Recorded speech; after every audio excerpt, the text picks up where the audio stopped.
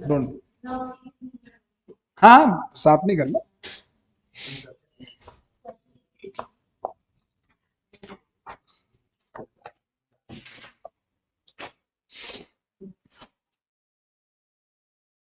आपके study material का illustration 14 है, और जो नोट्स मैंने आपको भी दिए हैं उसमें शायद ये क्वेश्चन नंबर 16 है।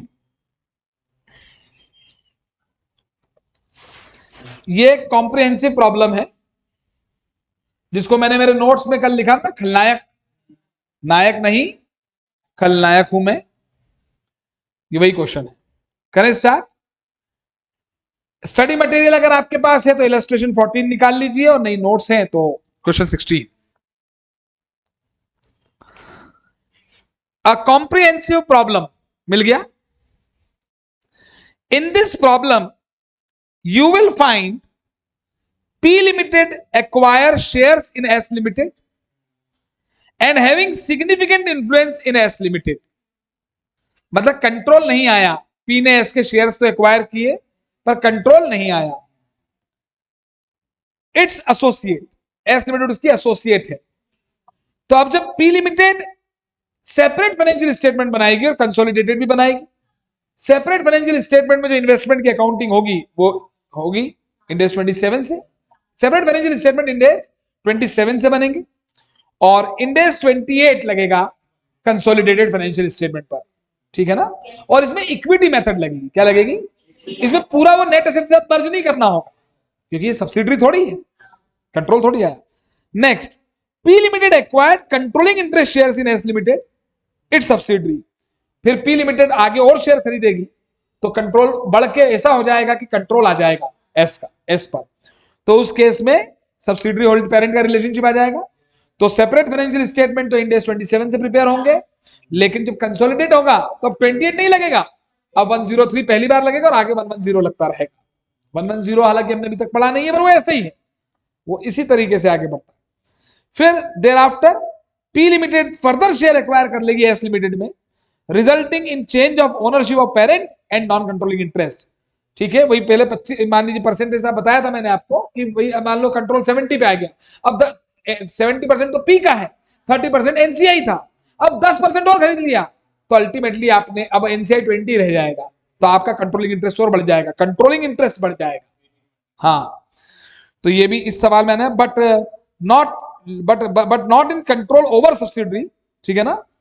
तो पेरेंट एंड नॉन कंट्रोलिंग लिखा है, resulting in change of ownership of parent and NCI, but not in control, मतलब कंट्रोल में कोई चेंज नहीं है, कंट्रोल पहले भी था, कंट्रोल ऊपर और बढ़ गया, ठीक है। अब केवल 110 लगेगा क्योंकि एक बार 103 लग चुका है। और in all the cases where Ind AS 27 is applied, Ind AS 27 तो लगा ही, इंड एस 109 अदर इन्वेस्टमेंट पे लग ही सकता है, ये हम बात कर ही रहे थे। चलिए अब हम सवाल पे आ रहे हैं। सवाल का नेचर था ये तो कि ऐसा कुछ होगा, इसमें मैं डेट थोड़ी चेंज कराऊंगा, वो चेंज कर लेना आप, है ना, क्योंकि फिर वो आप मॉड्यूल में जब देखोगे ना तो सॉल्यूशन में अलग डेट्स दी हुई है तो आप कंफ्यूज हो जाओगे, इसलिए मैं यहां ही चेंज करवा देता हूं। P limited acquired 25% shares of S limited on 1/4/2020, 19 को 20 कर ले in cash. P Limited further acquired on 1/4/21 45% shares of B limited, लेकिन अब की बार कैश में नहीं खरीदा, payable by issue of 30,000 shares of 10 market price 15। On that date, उसी दिन जब पी ने कंट्रोल किया है क्यू पर, on that date debenture of S limited were exchange for 10% debenture of P limited, ठीक है। मतलब एस लिमिटेड के डिबेंचर जो थे, भाई पी लिमिटेड वाले लोग गए, आप मान लो एस लिमिटेड के डिबेंचर होल्डर हो, आपके पास आए, आपसे वो डिबेंचर ले लिए और पी लिमिटेड के डिबेंचर आपको दे दिए, तो ये डिबेंचर ऑर्डिनरी लायबिलिटी है, ठीक है। Contingent consideration is also payable, consideration जो ऊपर था वो तो है ही, कंटिजेंट कोई कंसिडरेशन है वो भी पेएबल है, और उसकी फेयर वैल्यू मैंने तो कल निकालना भी सिखाई थी आपको, वो दे रखी 45,000 रुपीज ऑन 1/4/21 ही होगा ये, है ना। और ट्रांजेक्शन कॉस्ट भी है 20,000 रुपए की, ठीक है। और एनसीआई को फेयर वैल्यू पे रिकॉग्नाइज करना है, वो proportionate share in net asset पे नहीं लेना है। अब आपको fair value of asset and liability दे रखी है एस लिमिटेड की, ठीक है, क्या दे रखी है, fair value of asset and liability. S limited की पूरी बैलेंस शीट तो नहीं मालूम, लेकिन ये जो बैलेंस ये डेट कौन सी होगी, ये वैसे ही कर ले, 1/4/20, 1/4/21 और 31/मार्च/22, वो 20, 21, 22 कर ले उसको। पीपी करंट एसेट्स और क्रेडिटर्स की फेयर वैल्यू आपको दे रखी है। उसके बाद ऑन 31 मार्च 22 पी लिमिटेड ने फर्दर 20% शेयर और खरीद लिए हैं, कितने में, 2.5 लाख। और जो 21-22 का जो प्रॉफिट है वो 80,000 रुपीज का है। हो गया, ठीक है, बढ़ जाएंगे, क्या हुआ देख लेंगे वो तो। और अब बैलेंस शीट आपको दे रखी है, देखिए किसकी, पी लिमिटेड की, ठीक है ना, ये दे रखी है पी लिमिटेड की, जो कि एस के साथ कंसोलिडेट हुई हुई है, ठीक है। और एस लिमिटेड की इंडिविजुअल बैलेंस शीट भी आपको दे रखी है 31 मार्च 21 की, 31 मार्च 21 कर लें वो बैलेंस शीट। वो सारे ईयर मैंने एक एक आगे बढ़वा दिए, क्योंकि नोट्स में मॉड्यूल में मिस्टेक है, आप मॉड्यूल से देखेंगे तो आप पाएंगे उसमें, है ना। ये बैलेंस शीट आपको दे रखी है, इसमें असेट्स हैं और लाइबिलिटीज हैं एस लिमिटेड की। और पी की बैलेंस शीट बताइए कौन सी है, ये कंसोलिडेट बैलेंस शीट है। क्लियर, बढ़ जाए आगे। अब हमसे क्वेश्चन में क्या पूछा है देखें, हमें एंट्रीज पास करनी है पी लिमिटेड की बुक्स में 1/4/20 को, 1/4/21 को और 31 मार्च 22 को। सेपरेट वाले में भी करनी है और कंसोलिडेटेड बुक्स में भी करनी है। फिर हमें 1/4/21 की 1/4/21 की हमें सेपरेट बैलेंस शीट बनानी है और कंसोलिडेट बैलेंस शीट भी बनानी है। और उसके बाद हमें एनसीआई और गुडविल मेजर करना है, जो कि कंसोलिडेटेड बैलेंस शीट में आएंगे। And investment in separate balance sheet of P limited as on 31 March 22 भी हमें बताना है।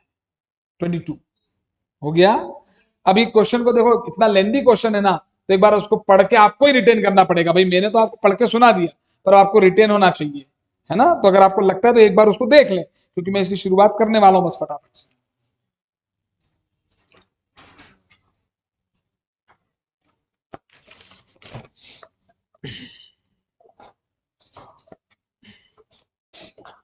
ठीक है, चलिए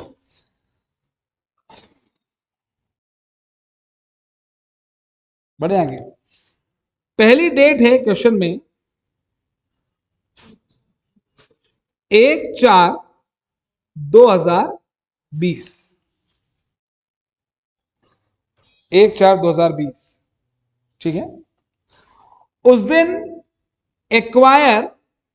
एक्विजिशन ऑफ कितने परसेंट शेयर देख के बताओ, 25% शेयर्स, 28% शेयर्स, ठीक है ना। Acquisition of 25 shares by P limited of S limited. तो पी लिमिटेड हो गया इन्वेस्टर, हाँ है ना, और एस लिमिटेड हो गई उसकी एसोसिएट, ये भी हो गया एसोसिएट। क्लियर।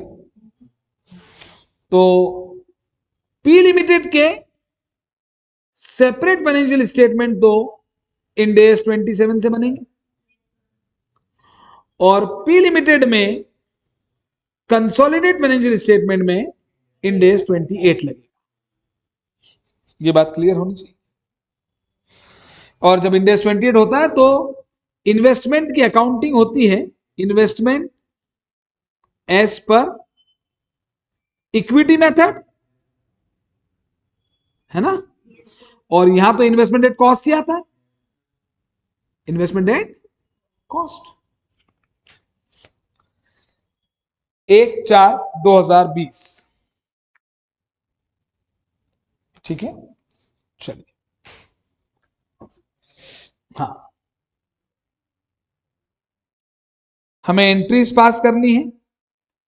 सेपरेट बुक्स हो या कंसोलिडेटेड बुक्स, एंट्रीज पास करनी है हमें एज ऑन 1/4/2020, 1/4/2020। बोलिए एंट्री क्या होगी? इन्वेस्टमेंट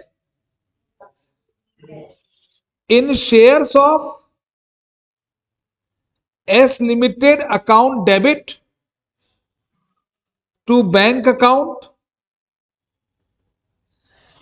ठीक है, और चाहे कंसोलिडेट हो उस दिन तो यही एंट्री होगी। तो मैं यहां भी एक बार लिख के दिखा देता हूं, investment in shares of S limited account debit to bank account.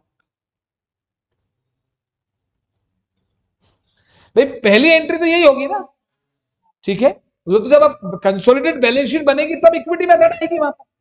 हाँ, ये एंट्री कितने रुपए से होगी बताइए? ये देखिए क्वेश्चन में देखना पड़ेगा आपको, ये हमें चाहिए 1/4/2020। क्वेश्चन में दिया ही नहीं है कितने में खरीदे थे। 1/4/2020 के बाद 31 मार्च 2021 की बैलेंस शीट देखिए, 31 मार्च 2021 की बैलेंस शीट दिख रही है उस, अच्छा ये सेपरेट बुक्स किसकी भैया? पी लिमिटेड की है, ये लिख लो ऊपर, पी लिमिटेड की है। एक्चुअली कई बार पिक्चर फ्लैशबैक में चली जाती है ना, ये वो किस्सा चल रहा है, आपको आगे की वैल्यू दे रखी, ये बात मैंने कल भी समझाई थी। 1/4/2020 की वैल्यू ही नहीं दे रखी, 31 मार्च 2021 में देखिए कि वहां पर कितनी वैल्यू है इन्वेस्टमेंट की, 2,30,000, 2 लाख, और उसमें क्या लिखा है? 16,000 प्रॉफिट का हिस्सा है। तो इसका मतलब खरीदा कितने में था? तो यहाँ पे वर्किंग नोट बनना चाहिए। एक्चुअली जो पूछा है वो सॉल्यूशन, उसके अलावा जो भी हो वर्किंग नोट तो मैं साथ साथ बनवा देता हूं, कर सकते हैं एग्जाम में भी ऐसा वर्किंग नोट्स, ठीक है। वर्किंग नोट में कॉस्ट ऑफ इन्वेस्टमेंट ऑन 1/4/20, तो लिखें कैरिंग अमाउंट एज ऑन 31 मार्च 21, ये क्वेश्चन में दिया था, इक्विटी मेथड से दिया है। बोलो कितना दे रखा था? 2,30,000 लेस क्या करेंगे बोले? Pre acquisition, post post acquisition profit share. Profit पूरा थोड़ी, इसका शेयर तो, इसी का शेयर तो जुड़ा होगा 16,000, तो ये कितना हो गया? 2 लाख। तो ये एंट्री जो ऊपर की है कितने अमाउंट से होगी? 2,14,000 से। चाहे तुम इंडिविजुअल की बात करो चाहे कंसोलिडेट एंट्री कर रखी हो, यही होगी 2,14,000। Investment account debit to bank 2,14,000, ठीक है। अगर हम सीधे सीधे देते तो क्या देते कि इन्वेस्टमेंट हमने 2,14,000 में खरीदे थे और फिर during the year S limited को इतना प्रॉफिट हुआ, मान लो 64,000 हुआ होगा, मान के लो हुआ ही होगा, क्योंकि 16,000 इसको मिला वो 25% के बराबर है, तो 64,000 इसको मिला तो 16,000 इसका शेयर है। तो फिर इक्विटी मेथड मैंने समझाई हुई थी, इक्विटी मेथड में एंट्री होती है investment account debit to PNL, ये हो गई होगी। ये होने के बाद ही तो जो आपको क्वेश्चन में 31 मार्च 2021 की कंसोलिडेटेड बैलेंस शीट दे रखी है, 31 मार्च 2021 की जो पी लिमिटेड की कंसोलिडेटेड बैलेंस शीट सवाल में दी हुई है, उसमें 230 कैसे आया है? 16,000 जोड़ने के बाद। तो एंट्री क्या हुई है? अकाउंटिंग प्लस माइनस से नहीं होती, अकाउंटिंग डेबिट क्रेडिट से होती है। Investment account debit 16,000 to PNL, मतलब उधर अगर आपसे पूछे कि सेपरेट बैलेंस शीट में अदर इक्विटी क्या है, देखो पी लिमिटेड की इक्विटी क्या दे रखी है? Other equity. पी लिमिटेड की अदर इक्विटी 370 दे रखी है, पी लिमिटेड की अदर इक्विटी यानी रिजर्व पीएनएल 370 दे रखे, तो ये तो कंसोलिडेट वाले हैं, इसमें टू पीएनएल 16,000 वाला है। तो आपसे पूछे कि भाई सेपरेट वाले में क्या था, तो 354 था, 370 में से 16 जाएगा तो 354 आएगा ना, तो ये हो गया कॉस्ट ऑफ इन्वेस्टमेंट हो गया। क्लियर हो गई इतनी बात? कोई दिक्कत इसमें? तो आगे क्वेश्चन में देखें, एंट्रीज पूछी थी 1420 की, ये तो हमने कर दी, 1421 की भी तो पूछी है, हाँ, लेकिन अभी उसके बाद हमसे क्वेश्चन में देखिए सारी वैल्यूज भी पूछी हुई है। हो गया इतना? चलिए 1 अप्रैल 20 के बाद जो सवाल की पहली डेट आएगी ऑन 31 मार्च 2021, ऑन 31 मार्च 2021, ठीक है ना। सेपरेट बुक्स में बताइए क्या होगा, स्टेप बाय स्टेप चलते हैं अपन। देखिए कोई भी क्वेश्चन क्या होगा क्लास में मैं हो सकता है थोड़ा लेंथी तरीके से करा दूं, लेकिन जब आप एक बार आ जाए फिर रिवीजन आप मॉड्यूल में के हिसाब से शॉर्ट में कर सकते हैं, उसमें कोई दिक्कत नहीं। सेपरेट बुक्स में नो एंट्री, कोई एंट्री वो करके दिखा रहा हूं मैं। और कंसोलिडेटेड बुक्स में बोलो क्या एंट्री होगी, investment account debit, investment in shares of S limited account debit 16,000 से आएगा नहीं, to profit and loss account, ये अदर इक्विटी में चला जाएगा।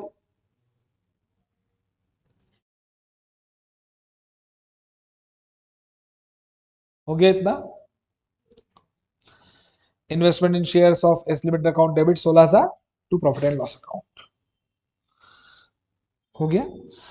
तो अगर इसी एंट्री के बाद अब जो बैलेंस शीट बनी हुई इस एंट्री के बाद बनी हुई है ना, तो बताइए पी लिमिटेड की बैलेंस शीट में जो है आपकी पीपी कितनी है, PP 180, current asset creditors P limited में 50,000, 10% डिबेंचर 90,000, इक्विटी कैपिटल 460 है ना। इन्वेस्ट अदर इक्विटी इस इन्वेस्टमेंट के पहले क्या रही होगी 354, लेकिन इन्वेस्टमेंट कितने रहे होंगे 214 के, सेपरेट में इन्वेस्टमेंट 214 के रहे होंगे और वो आपकी 354 की रही होगी। सेपरेट बैलेंस शीट दे नहीं रखी है हमें, एस लिमिटेड की तो इंडिविजुअल बैलेंस शीट दे रखी है, पी की सेपरेट नहीं दे रखी, पी की ऐसे मर्ज करके दे रखी थी, तो उसमें अब ने एंट्री पास कर दी, investment account debit to cash और investment account debit to PNL, तो इन्वेस्टमेंट आ गए उसमें 214 के तो पहले ही थे, 16 के बढ़ गए, इधर अदर इक्विटी बढ़ गई। तो ये समझ गया, ये पिक्चर पहले गई फ्लैशबैक में चली गई थी, है ना, यहां तक क्लियर है। अच्छा, other equity of P limited, ठीक है, other equity of P limited in separate financial statement बोलो 370 तो कंसोलिडेटेड में दे रखी है एज ऑन 31 मार्च 21 को, हाँ 370 तो कंसोलिडेटेड में दे रखी है, वो 16,000 नहीं आएगा ना, ये 354 ये भी लिखवा दी, कोई दिक्कत इसमें। तो 1420 से कहानी शुरू हुई और 31 मार्च 21 तक चल गए, है ना। अगर इस क्वेश्चन में थोड़ा कंफ्यूज नहीं करते तो मालूम क्या, अच्छा फेयर वैल्यू का कोई काम ही नहीं है, फेयर वैल्यू का काम तब आएगा जब 103 लगेगा, वरना एसोसिएट में तो कोई भी फेयर वैल्यू की बात ही नहीं हो रही। एसोसिएट इंड AS 28 तो कहता है कि इन्वेस्टमेंट इन एसोसिएट है तो इनिशियली कॉस्ट पे रिकॉर्ड कर लो और उसके बाद उसमें शेयर ऑफ प्रॉफिट के हिसाब से आप चलते रहो, ठीक है। आगे बढ़ते हैं नेक्स्ट, ये 31 मार्च 21 हो गया। अब आ गया भैया ऑन 1/4/21, 1/4/21 को देखिए क्या हुआ, ओहो यही तो कहानी हुई है। Further 45% shares acquired by P limited of S limited obtaining control 25% plus 45% कितना हो गया 70%, ये कंट्रोल आ गया। और एक्विजिशन डेट इज 1/4/20, तो 1/4/20 की फेयर वैल्यू का सवाल में काम ही नहीं था, हमें तो 1/4/21 की फेयर वैल्यू चाहिए। नेट एसेट, नेट एसेट जो डेबिट होती है वो तो फेयर वैल्यू पे होती है ना, तो 1/4/21 की फेयर वैल्यू हमको चाहिए होगी। अभी आराम से आगे बढ़ते हैं, 1 मिनट हो गया। इस दिन पे इंड AS 103 अप्लाई हो जाएगा, Ind AS 103 applicable, Ind AS 103 applicable method का नाम बोलिए, सारी इक्विजिशन मेथड, इक्विशन मेथड लगेगी और ये हो गया, नहीं अभी अमाउंट नहीं, पहले एंट्रीज बता दूं उसके बाद बात करते हैं। हम अपने हिसाब से क्वेश्चन करेंगे ना, स्टडी मटेरियल में थोड़ा सा कई बार क्या होता है ना, इन लोगों को तो प्रिंट करना होता है, आप अपने पास तो अपनी कॉपी है, तो ये क्या शॉर्टकट में करते हैं कई बार, और वो दिक्कत देता है ना। अब हम लोग पहले करेंगे सेपरेट बुक्स की बात। हमसे सेपरेट बुक्स में पूछा है, किसकी सेपरेट बुक्स है भैया ये, और कंसोलिडेटेड बुक्स भी पूछी है।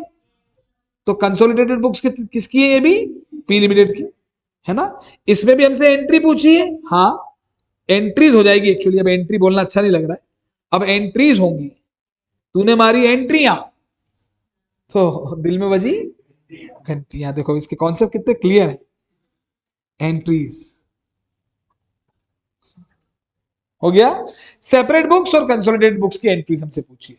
मैं पहले अमाउंट, देखिए क्या होता है, हम लोग आप लोग आदत होती है, अभी कैलकुलेटर ले लेंगे, स्टडी मेट में ही पहले वर्किंग नोट दिया होता है, हम पहले वर्किंग कर लेते हैं। हमें अकाउंटिंग करनी है, हम अकाउंट्स पढ़ रहे हैं, हम रिपोर्ट फाइनेंशियल रिपोर्टिंग पढ़ रहे हैं, राइट। तो हम पहले एंट्री सोचो, बताइए एंट्री क्या होगी। मैं वापस बोल रहा हूं, पी लिमिटेड ने एस लिमिटेड के शेयर खरीदे है ना, और डिबेंचर भी ले लिए, डिबेंचर भी तो लिए हैं। तो एंट्री होगी इन्वेस्टमेंट, सेपरेट की बात कर रहे हैं, कोई इंडेक्स 103 की बात नहीं है। तो आपने उस रूम में कुछ रिकॉर्ड करना है? नहीं, वो कल के हिसाब से सेटअप होगा। कल के हिसाब से सेटअप कर, हाँ उसमें टाइम जाए, उसमें टाइम चाहिए। तो फिर 2 बजे से यहाँ पे टेस्ट 2 बजे से है ना, तो कुछ डिले नहीं हो सकता, 5-10-15 मिनट। 5 हाँ बस हमें सवाल आए, हमको आज वैसे भी यही सवाल करना है, हमारा हो जाएगा, पर 10-15 मिनट में हो जाएगा। Investment in shares of S limited account debit, investment in shares of S limited account debit, amount छोड़े, अमाउंट से कोई लेना देना नहीं, तो कुछ भी आएगा। इन्वेस्टमेंट डिबेंचर भी तो ला रहे हैं उसके, तो इन्वेस्टमेंट इन डिबेंचर्स नाम की asset, debentures of S limited account debit, ये भी ले आए, ठीक है। अब इसके बदले में पैसा नहीं दे रहे हैं, पैसा दे दो टू कैश टू बैंक, लेकिन इसमें लिखा था क्वेश्चन में शेयर दे रहे हैं 30, कितने दे, 30,000 शेयर 10 रुपए वाले 15 पे, तो प्रीमियम भी आएगी।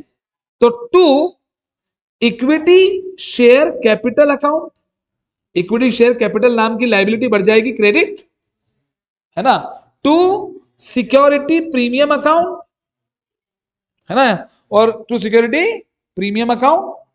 एक मिनट, इसके कंसिडरेशन में ये शेयर्स खरीदने के लिए हम शेयर्स तो इशू कर रहे हैं, एक और कंटिंजेंट कंसिडरेशन भी तो था, वो भी तो कंसिडरेशन का पार्ट होता है, तो वो भी तो देना है, आज नहीं देना तो फ्यूचर में देना है। तो ट्रू लाइबिलिटी एक और आएगी, बोलिए क्या, लाइबिलिटी फॉर कंटिंजेंट, आप पूरा लिखना, सीसी मत लिखना, liability for contingent consideration account. तो हमने जो ये शेयर्स खरीदे हैं, हमने जो शेयर्स खरीदे हैं उसके बदले में वो शेयर आ गए डेबिट, जो हमारी शेयर कैपिटल गई प्रीमियम क्रेडिट, और कुछ और लाइबिलिटी भी हमको है ना। अच्छा इसके बदले में हमें टू कैश देना होता, टू कैश, इसके बदले में नए डिबेंचर ही दे रहे हैं, तो टू 10% डिबेंचर्स अकाउंट। आपको देखिए अकाउंटिंग पढ़ रहे हैं, अकाउंटिंग डबल एंट्री सिस्टम पे चलती है, तो आपको सबसे पहले एंट्री सोचना चाहिए। हम सबसे पहले कैलकुलेशन सोचते हैं और वहां गलती कर जाते हैं, फिर हम कंफ्यूज होते रहते हैं, हमें मालूम ही नहीं कैलकुलेट क्या करना है, ठीक है। अब हमको समझ में आएगा कि हमें क्या कैलकुलेट करना है। भाई 30,000 इंटू 10 कैपिटल में कितना जाएगा बोलिए, 3 लाख। 30,000 इंटू 5 प्रीमियम में कितना जाएगा, 1.5 लाख।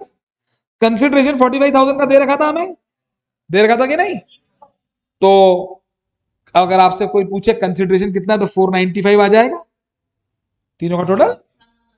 अरे इसके बदले में यही तो दिया, ये कोई बिजनेस कॉम्बिनेशन थोड़ी चल रहा है कि इसके बदले में इतना दिया तो गुडविल सीआर आ जाए, कुछ नहीं, नॉर्मल इन्वेस्टमेंट खरीदे, हो गया। और ये डिबेंचर्स कितने थे जरा देखो, एस लिमिटेड के डिबेंचर देखो, कैसे पता चला एस के डिबेंचर, बैलेंस शीट में दे रखा था 10,000 के, 10,000 के डिबेंचर थे, तो 10 के आ गए, और इसने 10 के इशू कर दिए, कुछ भी नहीं बोला था। एक्सचेंज वैसे भी लिखा था, हालांकि एक्सचेंज कम ज्यादा भी हो सकता था, कम ज्यादा होता तो प्रॉफिट लॉस जाता, ठीक है। वो तो नॉर्मल कॉन्सेप्ट है, असेट के बदले में कम मिलेगा तो लॉस, असेट के बदले में ज्यादा मिले तो प्रॉफिट, लायबिलिटी के बदले में कम देना पड़े तो प्रॉफिट, लायबिलिटी के बदले में कम ज्यादा देना पड़े तो लॉस। तो ये कॉमन सेंस है, यहां 10 के बदले में 10 है, कुछ भी नहीं हुआ, हो गया कि नहीं। तो इससे ही वर्किंग नोट यहां बनेगा परचेस कंसिडरेशन, क्या बनेगा, परचेस कंसिडरेशन का बनेगा। तो परचेस कंसिडरेशन का वर्किंग बना लीजिए, ठीक है ना। एक कॉलम स्टेटमेंट बनाना है तो पर्टिकुलर्स कॉलम और अमाउंट कॉलम, बना ले। तो पर्टिकुलर्स कॉलम बताइए, शेयर्स इशूड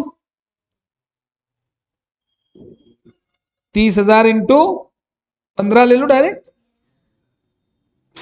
4.5 लाख। और क्या मैंने आपको बताया, कंटिंजेंट कंसिडरेशन, कंसिडरेशन का पार्ट होता है ना, एज पर इंडेक्स 103 अगर कोई कंटिंजेंट कंसिडरेशन है it should be considered at fair value. तो कंटिंजेंट कंसिडरेशन कितना होगा बोलिए। तो देखिए हम कॉन्सेप्ट पूरा पढ़ चुके, तो सवाल कितनी आसानी से हो रहा है। और ये सारा ये सवाल टिपिकल सवाल है, मोस्ट मतलब ये इसको लगा डाला तो लाइफ जिंगा लाला, ये वो वाली कैटेगरी। ठीक है, 495 इज परचेज कंसिडरेशन। ठीक है, ये 4,95,000 आ गया। और ये हमारी कौन सी, अच्छा हो गया। अच्छा एक मिनट, ये कंसिडरेशन था। सेपरेट बुक्स में और भी कोई एंट्री है देखना जरा। ट्रांजेक्शन कॉस्ट थी, याद है आपको? एंट्री बोले, transaction cost account debit to cash in bank account, और अगली entry profit and loss account debit to transaction cost account. ये सब सेपरेट बुक्स में चल रहा है। कितना अमाउंट था? 20,000 था क्या?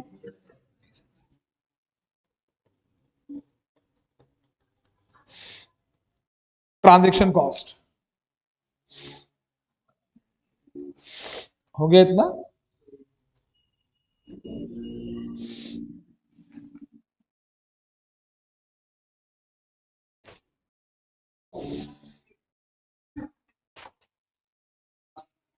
परचेज कंसिडरेशन हमने निकाल दिया, हो गया। अब हमें कंसोलिडेटेड बुक्स की बात करनी है। किसकी बात करनी है? और डेट कौन सी हमारी ध्यान रखें, 1/4/21। तो 1/4/20 को पहली बार एसोसिएट बना था वो।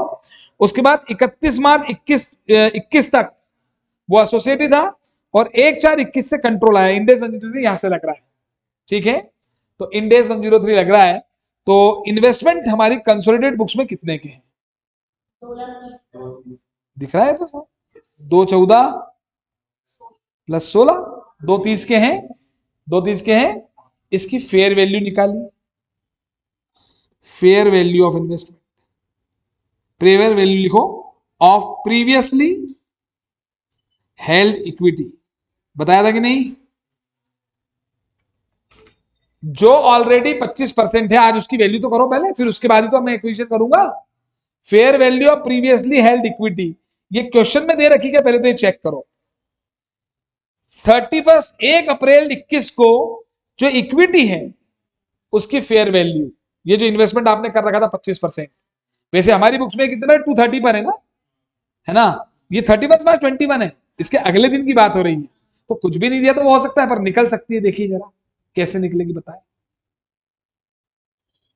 फिर।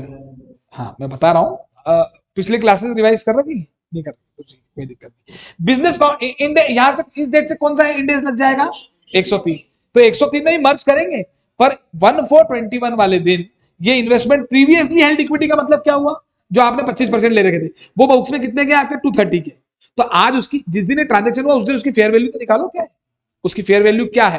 तो क्वेश्चन में दे रखी है क्या? नहीं दे रखी, नहीं दे रखी। 31 बैलेंस शीट में 31/21 की दे रखी, ये 1/4/21 की नहीं दे रखी। तो या तो जो 31/21 है वही 1/4/21 का हो सकता है, लेकिन वो तो कुछ नहीं है तो हो सकता है कि नहीं? जो मैं पूछूं आंसर दें। आज इस डेट पर, आज इस डेट पर हमने 45% शेयर खरीदे, उसकी वैल्यू बताओ। 495। तो 495 यदि 45% की वैल्यू है तो 25 की वैल्यू निकल जाएगी। नहीं निकलती तो मैं कुछ भी नहीं लेता, लेकिन निकल तो रही है। आज मैं बाजार में 1 अप्रैल 21 को सौदा करने गया और मैंने 45% शेयर 495 में खरीदे, या तो मैं फिर वो 230 के हिसाब से खरीद रहा होता। मैंने समझ रहे हैं, मैं ऐसा भी सोच सकता था। सुनो, अगर मान लो कंसिडरेशन इस सवाल में दिया ही नहीं होता तो मैं यही तो बोलता कि 2,30,000 वैल्यू 25% की है तो 45% के इतने पैसे, लेकिन उसने कंसिडरेशन मुझे दे रखा था। तो फिर मैं इसकी वैल्यू ऐसे निकालूंगा ना कि जो इन्वेस्टमेंट मेरे 25%, इसको बोलते हैं प्रीवियसली हेल्ड इक्विटी, जो ऑलरेडी इक्विटी शेयर्स मेरे पास थे, वो मेरे पास जो थे वो 25% थे, उसकी फेयर वैल्यू 230 थी मेरी बुक्स में इक्विटी मेथड के हिसाब से। लेकिन आज उसकी फेयर वैल्यू क्या है? तो ये निकले कितना आ रहा है देखो 4 लाख 2,70,000। बुक्स में कितने पर है वो 230 पर है। तो एंट्री पास होगी आज। इन्वेस्टमेंट ये इक्विटी मेथड चल रही है ना, कंसोलिडेटेड सेट में तो इक्विटी मेथड चलेगी ना, तो फेयर वैल्यू पे तो आता है। शेयर ऑफ प्रॉफिट से भी बढ़ेगी, फेयर वैल्यू चेंज से भी बढ़ेगी। Investment account, investment in shares of S limited account debit to 45,000 से। ये 45,000 कैसे आया 275 माइनस 230 से। अब हमारी बुक्स में 25% इन्वेस्टमेंट है, कितने परसेंट और लाऊंगा 45%।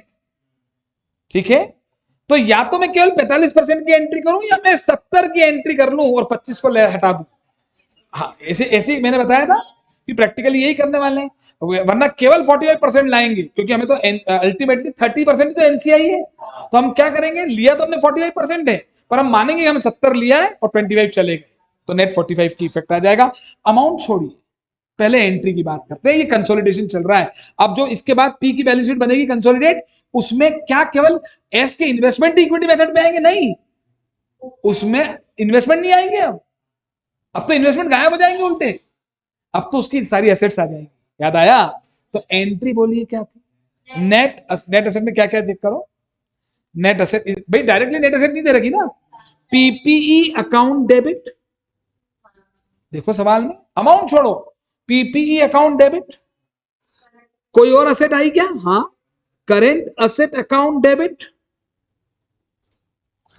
एक लाइन छोड़ देना चाहिए अगर कोई और नहीं है तो, कि गुडविल आती है तो पीपी अकाउंट डेबिट। और सवाल में देखो, हाँ, लाइबिलिटीज में to creditors account, to creditors account, और लाइबिलिटीज में डिबेंचर भी तो लिए, कहां हट गए, वो तो सेपरेट बुक्स अलग चल रही है, यहाँ पे तो आएंगे ना। फिर एक्सचेंज भी करूंगा मैं, नए वाले इशू भी तो करूंगा, हालांकि मॉड्यूल में डायरेक्ट कर देते हैं अपन तो। टू डिबेंचर्स अकाउंट, अरे एसेट भी आएगी ना। एस, आप तो एस लिमिटेड की बैलेंस शीट देखो ना, आपको दी हुई है ना, एस की बैलेंस शीट दी हुई है ना, उसमें डिबेंचर होंगे, तो आप उसमें ला रहे हो भाई। ये एंट्रीज अलग चल रही हैं, वही तो आपको एक कंफ्यूजन आया था, इस तो मैं समझ गया। और कल भी आपने मेरे से बोला पिछली क्लास में, सर सेपरेट में भी एंट्री कर ले, तो मैं समझ गया कि आप सेपरेट और कंसोलिडेट की एंट्री अलग अलग सीख लो और बेटर है। वो अलग बुक बन रही है, अलग बुक बन रही है, दोनों अलग अलग बुक बन रही है। तो टू डिबेंचर अकाउंट, सारी एसेट डेबिट हो गई, लाइबिलिटी क्रेडिट हो गई, हो गया, ये एसेट आ गई, ये तो सब 100% आ गई। तो इसमें to consideration, to consideration, to NCI, अरे हाँ है ना। तो 100 की एसेट, 100 की नेट एसेट आ गई मान लो पूरे 100% की, और एनसीआई 30 चला गया, तो 70 की वैल्यू हो गई, पर ये कंसिडरेशन तो अभी 45 का ही है। तो टू इन्वेस्टमेंट अकाउंट, वो इन्वेस्टमेंट 45 वाले क्रेडिट हो जाएंगे ना। अरे इन्वेस्टमेंट खत्म होंगे कि नहीं, ठीक है। आपकी बुक्स में ऊपर इन्वेस्टमेंट कितने पे डेबिट है जल्दी बताओ, 230 पे, 230 पे थे पहले, पहले 214 के थे, 16 के बड़े, 230 के हो गए, 45 के हो गए, 275 पे आ गए। अब वो 275 वाले इन्वेस्टमेंट हट जाएंगे क्योंकि आपको 45% दिखाना ही नहीं है, पूरा 70% एक्वायर कर लिया आप, यही होगा ना। तो इन्वेस्टमेंट खत्म हो जाएंगे क्रेडिट, तो ये 275 ही तो आएगा फिर। जो इजी है वो कर देना, फिल इन द ब्लैंक, वरना हम सोचते रहते हैं। हम अगर पहले कैलकुलेशन करेंगे तो हमारी अप्रोच ही नहीं बनेगी। हम पहले अगर अकाउंटिंग सीख लेंगे तो हमारी अप्रोच बन जाएगी। ये हो गया। चलो भैया पीपीई बता दो, पीपीई बता दो, एक सेकंड ना, पीपीई फेयर वैल्यू बताना, एस की फेयर वैल्यू पे आएगा ना, यही तो गलतियां होती है इसलिए सवाल 4 लाख। अरे उसकी वैल्यू में कुछ भी हो, फेयर वैल्यू बताना, वो भी कब की 1421 वाली 4 लाख। करेंट एसेट की फेयर वैल्यू बताओ 420, मेरे को देख के बोल रहे हो क्या 420, 4 लाख बैलेंस शीट में तो है ही नहीं, बैलेंस शीट में कैरिंग अमाउंट है, वो अलग से देगी फेयर वैल्यू 420। एक मिनट, क्रेडिटर्स बोलो 36,000, डिबेंचर बोलो 10,000 के डिबेंचर,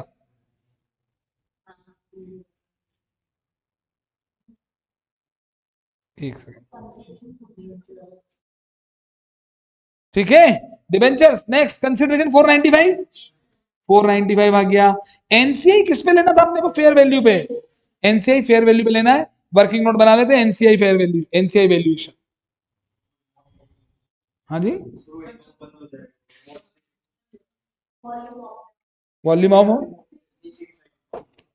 ये ये लो। हाँ, ये हो गया।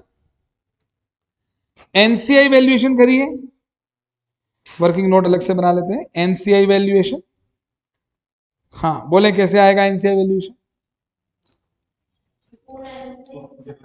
भाई अभी 495 कंसिडरेशन है ना, फेयर वैल्यू पे लेना है तो कंसिडरेशन। तो 495 प्लस क्या करना चाहते हैं? वो जरूरत नहीं है ना, फोर आज की वैल्यू 495 है ना भाई, एक्चुअल में तो 45% ही लिया है, ये 45 के बराबर है। कितने के बराबर है? तो हमें कितने का निकालना है? निकाल लो, 30 का कितना? 3,30,000। सुने, एनसीआई प्रोपोर्शनल नेट एसेट पे, हाँ जी, नहीं मेरी बात समझे, हमारे पास 25% शेयर थे, हमने 45 और लिए, तो हमारे पास 70 आ गए। कितने हो गए? 70। अब हमारी अकाउंटिंग का तरीका क्या है? हम मानेंगे हमने 45 नहीं लिया, हम क्या मान रहे हैं? हमने 70 एक्वायर की, क्या करें, और 25 दे दी, तो नेट तो 45 आ गया, पहली बात। अब हमें एनसीआई निकालना है, तो अल्टीमेटली तो एनसीआई 30% ही है। एनसीआई कितना परसेंट है? अरे अल्टीमेटली 70 हमारा, 30 नॉन कंट्रोलिंग इंटरेस्ट है ना, तो हमें 30% की वैल्यू निकालनी। कितने की वैल्यू निकालनी? तो मल्टीप्लाई तो 30 से होगा, कंफर्म है। अब ये वैल्यू अगर 70 की तो तुम 70 से डिवाइड कर दो, ये वैल्यू 45 की तो 45 से डिवाइड कर दो। ये 495 कितने के बदले में दिया तुमने बताओ? 495 तो 45% की कंसिडरेशन है ना। 490, हम तो अकाउंटिंग पॉइंट ऑफ व्यू से हम दिखा रहे हैं 70 आया और 25 गया, पर आया तो 45 ही है ना। तो ये 490 45 की वैल्यू, ये सिंपल यूनिटरी मेथड है, यू की चूकी सिंस देयरफॉर। 45 के बदले में 495, तो 30 के बदले में कितना, वो निकाल के देख लो। 3,30,000 आ गया, एनसीआई फेयर वैल्यू पे आ गया, ये भी खत्म हो गया। अब बताइए इज्जत, इज्जत वही, इज्जत ही तो पूछ रहा हूं। गुडविल बैलेंसिंग फिगर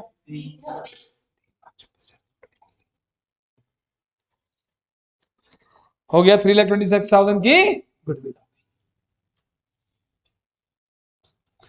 क्लियर हो गया इतना? ये हो गया। अब इसके बाद बताइए क्या होगा, और क्या एंट्री होगी कंसोलिडेटेड बुक्स में? हाँ करो, कंसिडरेशन की एंट्री बोलो क्या होगी? कंसिडरेशन अकाउंट डेबिट, कंसिडरेशन नाम की लाइबिलिटी खत्म हो गई, डेबिट कितना? 495, 495, ठीक है। हाँ, टू इक्विटी शेयर कैप, मैंने सेपरेट बुक्स अलग बना दी, कंसोलिडेटेड अलग बना दी। मतलब ऐसा मत सोचा था दो बार क्यों कर रहे हो, सेपरेट बुक्स अलग चल रही है। टू इक्विटी शेयर कैपिटल बोलिए 3 लाख, टू सिक्योरिटीज प्रीमियम बोलिए 1.5 लाख, और to liability for contingent consideration बोलिए 45,000। ये भी तो देना बाकी है, 45,000।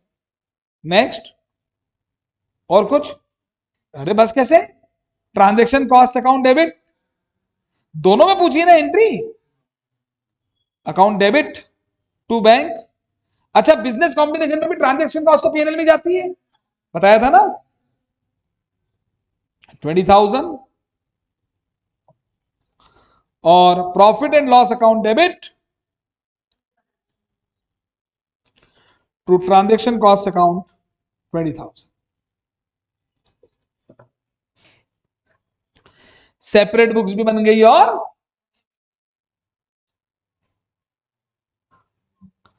बताइए कोई दिक्कत?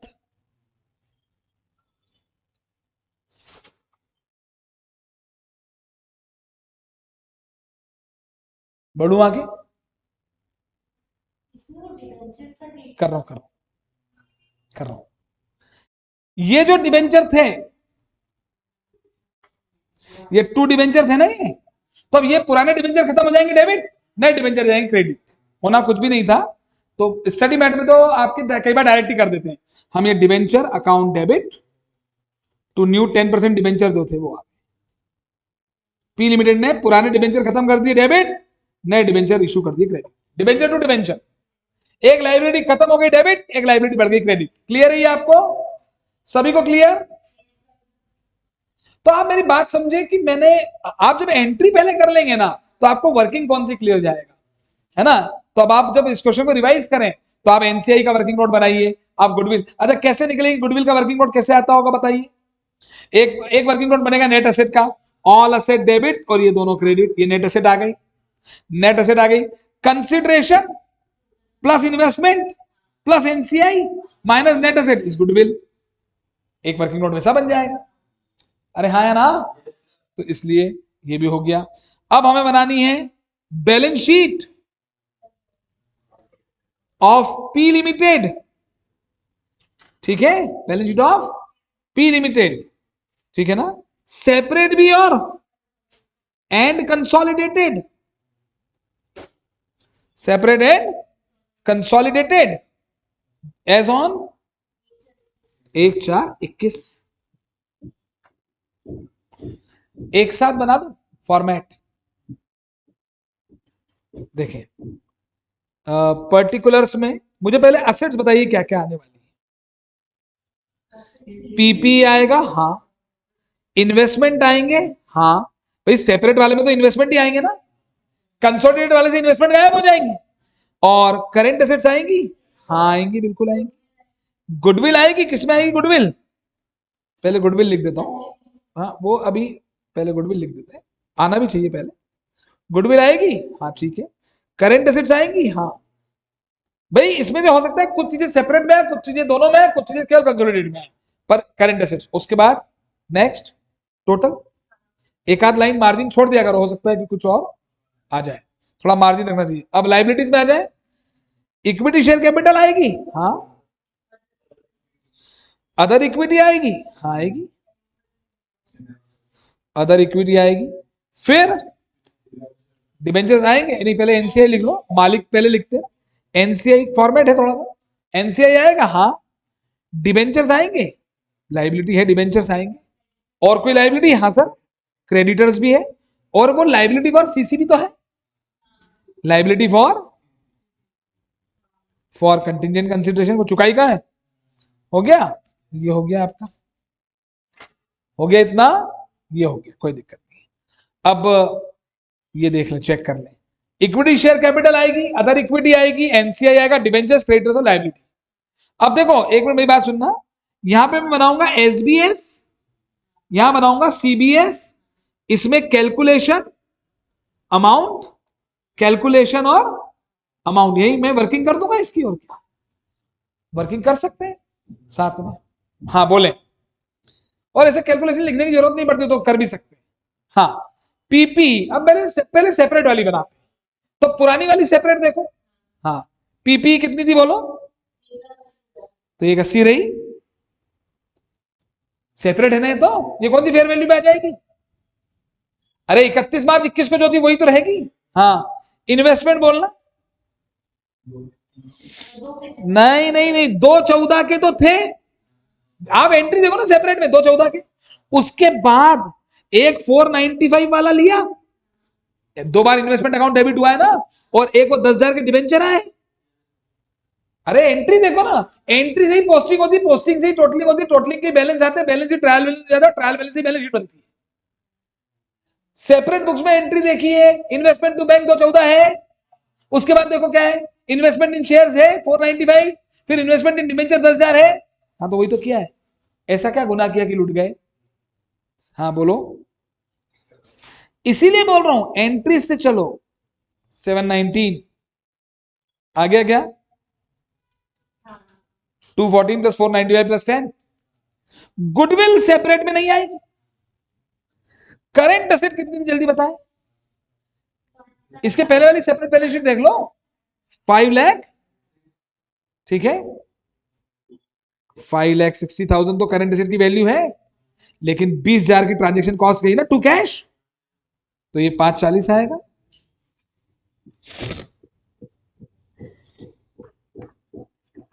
हो गया, नेक्स्ट बोले, टोटल बाद में लगाएंगे। इक्विटी कैपिटल बोलिए, भैया इक्विटी कैपिटल पी की देखो पहले क्या थी, बैलेंस शीट में देखी कितनी थी, 460 की थी इसकी, और 3 लाख की अभी इशू हो गई, 760 हो गया। नेक्स्ट बोले अदर इक्विटी, याद देखना 370 नहीं है, वो 370 तो कंसोलिडेटेड वाले की है, हमें सेपरेट चल रहा है, 354 है, याद आ गया ये 354 थी ना, हाँ अदर इक्विटी 354 थी। अब और क्या है सेपरेट, 1.5 लाख सिक्योरिटी प्रीमियम में आ गया, और एक और आया ना पीएनएल से 20,000 गए, पीएनएल डेबिट हुआ है ना ट्रांजेक्शन कॉस्ट से, वो तो सेपरेट सेट में भी हुआ है, तो 20,000, बोलिए कितना आ गया, 354, 454, 494, 4,84,000 आ रहा है, हाँ 484 आएगा इससे, 484। एनसीआई थोड़ी आएगा यहाँ पे, डिबेंचर्स बोलो भाई, 90,000 तो इसके थे ही, 10 वहां से वो तो खत्म हो गए और नए वाले आ गए 10, 1 लाख। क्रेडिटर्स बोले 50,000, और लाइबिलिटी फॉर सीसी है ही नहीं, तो बस मैच हो जाना चाहिए बैलेंस शीट आपकी, टोटल लगाना एक बार, 7,899, 1,439, इधर भी देख लो,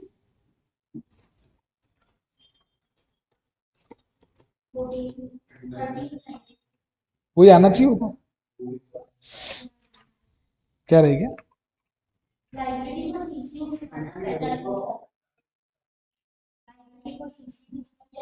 बताओ क्यों आएगा, एंट्री की है ना, हाँ तो लिख दो ना, मैं जानबूझ के नहीं लिखा है, मैं चाहते नहीं आप देख देख के नोट करो, अरे अपन ने सेपरेट सेट बुक्स में एंट्री पास की थी ना, तो उसमें लाइबिलिटी फॉर सीसी था क्या, हाँ तो लिखना चाहिए, मैं नहीं लिखू तो उससे क्या होता है, होना ही है ना, वो तो प्यार तो होना ही था, हो गया ठीक है। और इसके बाद अब हम करेंगे सीबीएस, सीबीएस में पी तो आएगा ही, एस की फेयर वैल्यूज आएंगी, हाँ जी पी की बताएं पहले, 180 तो है ही, ऊपर नेट एसेट डेबिट 4 लाख से हुई है, पीपी डेबिट तो 4, ऊपर एंट्री से क्लियर हो जाएगा सब, 580। नेक्स्ट इन्वेस्टमेंट तो हट जाएंगे, नहीं कैसे हट जाएंगे, इसमें डिबेंचर कहाँ है, इसमें तो डिबेंचर एज ए लाइबिलिटी है और नए डिबेंचर इशू हो गए, ऊपर एंट्री में देख लेना कोई इन्वेस्टमेंट है ही नहीं, इसकी कंसोलिडेटेड सेट मैंने इसीलिए बनवाया, आप कंसोलिडेटेड सेट की एंट्रीज है, पहले इन्वेस्टमेंट कितने कंसोलिडेट में देखो, पहले इन्वेस्टमेंट 214 से डेबिट है, हाँ फिर 16,000 से डेबिट है, हाँ कितने हो गए 230, फिर 45 से डेबिट है 275, हाँ है ना, फिर 275 से क्रेडिट है 0, इन्वेस्टमेंट खत्म हो गए ना, हाँ तो यहां नहीं आने वाले। नेक्स्ट बोले इज्जत 3,26,000, करंट एसेट देखिए, करंट एसेट इसकी 560 तो थी, वहां से 420 और आई 420, और 20 माइनस हुई, हाँ है ना भाई, 560 तो थी ना, 420 की और आई, और 20 माइनस भी तो हुई ट्रांजेक्शन कॉस्ट, क्लियर, आपको क्लियर है, क्लियर है, चलो भाई कुछ भी नहीं, एक बात बताइए क्लोजिंग बैलेंस क्या आते हैं, एक मिनट, क्लोजिंग बैलेंस कैसे आते हैं, ओपनिंग बैलेंस मतलब पुराने बैलेंस और नए ट्रांजेक्शन, देख लो पुराने बैलेंस जो थे वो, और नए ट्रांजेक्शन, मैंने ऊपर एंट्री इसीलिए करवाई कि बैलेंस शीट बनवानी थी मुझे, हाँ कितना आ रहा है 960 आ गया, और करंट एसेट्स भी हो गई। अब बताइए इक्विटी, ये टोटल लगा देंगे अभी हम, लगाइए तो चलो यही आना है तो, 5, 17, 18 लाख कुछ आएगा, 1866 आ रहा है, लगा दो टोटल। अब भैया इक्विटी शेयर कैपिटल की बात करेंगे, 460 पहले थे, 3 लाख ही तो इश्यू हुए, तो ये तो 760 रहे, देख लो ना आप, ऊपर एंट्री में देख लो कंसिडरेशन में,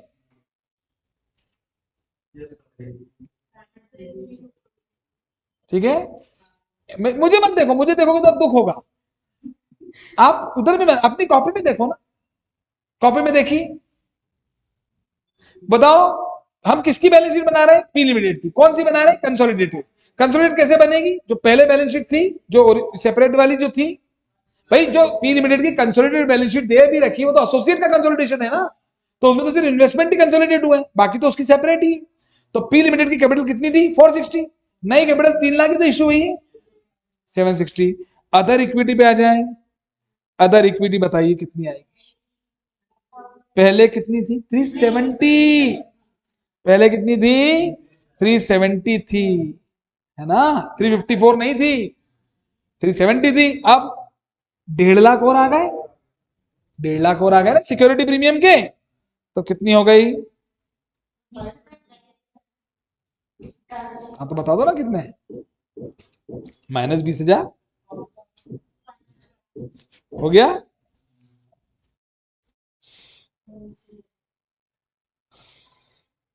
और भी कुछ है क्या? एक और है फिर? अरे ऊपर एंट्री देखो ना, ये ये 2 PNL ये भी तो है फिर। इन्वेस्टमेंट टू PNL किया है ना आपने, +45 भी तो करोगे। सब करो, मेरे से मत पूछो, आप खुद करो।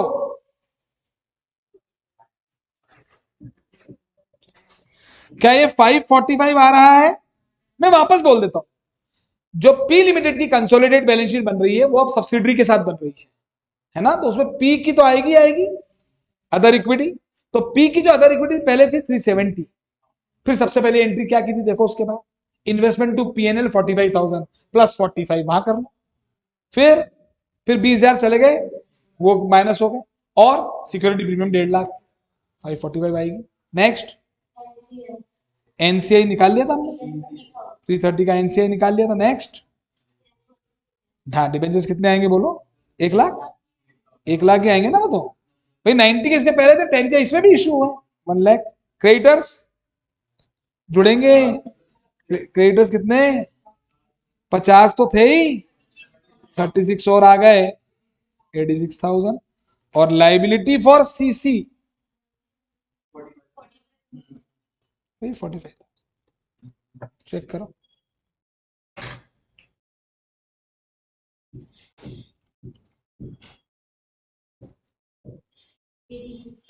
एटीन टल्ली टेली, टल्ली नहीं टेली, हो गया। मैं आज आगे नहीं बढ़ूंगा, इसके बाद अगला नेक्स्ट क्लास में, कोई जल्दी नहीं। अब ये 20%, इसके इसकी इच्छा खत्म ही नहीं हो रही है। अभी ये 20% और खरीदने वाला है अगली डेट पे, ठीक है? सारे लेक्चर रिवाइज कर लो और इस क्वेश्चन को घर जाके वापस कर, ये आज तक का सार है, ठीक है? कुछ भी नया नहीं है, हमने केवल ये स्टेप एक्विजिशन भी इसमें घुसा दिया है, बाकी तो पूरा वही है। इसमें स्टेप एक्विजिशन आ गया, तो स्टेप एक्विजिशन आएगा तो क्या होगा? पहली बार जब आपने एक्वायर किया तो कॉस्ट पे रिकॉर्ड कर लो, फिर दूसरी बार में मान लो जब भी कंट्रोल आया तो वहां की फेयर वैल्यू पे लेकर आओ, और उसके बाद उसको क्रेडिट कर दो, नई वाली नेट एसेट को डेबिट कर लो, सिंपल। एनसीआई वैल्यू होगा, गुडविल आएगी, गेन ऑन बार्गेन परचेज आ जाए। तो वैसे ही सब कुछ, बस अपन इस सवाल को यहीं पे रोकेंगे। अब जो फर्दर 20% उसको आगे बात, ठीक है?